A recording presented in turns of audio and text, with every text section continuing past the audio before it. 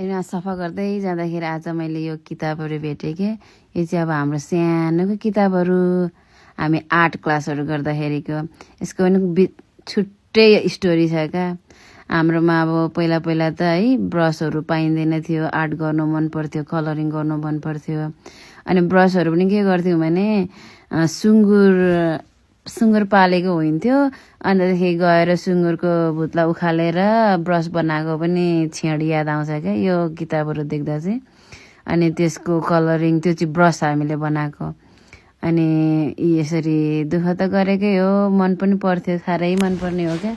अनि हाम्रो स्कुलको नाम चाहिँ के थियो भने इफाका भुटान भन्थ्यो क्या, institute of fine art and commercial art भन्थ्यो। कोही कोही बेला हिरो हिरोइनको नक्साहरू बनाउनु पर्थ्यो, राजेशमा श्रीकृष्णहरूको निखिलहरूको। कोही कोही बेला नाक नमिल्ने, मुख नमिल्ने, त्यस्तो भइरहन्थ्यो क्या। फन्नी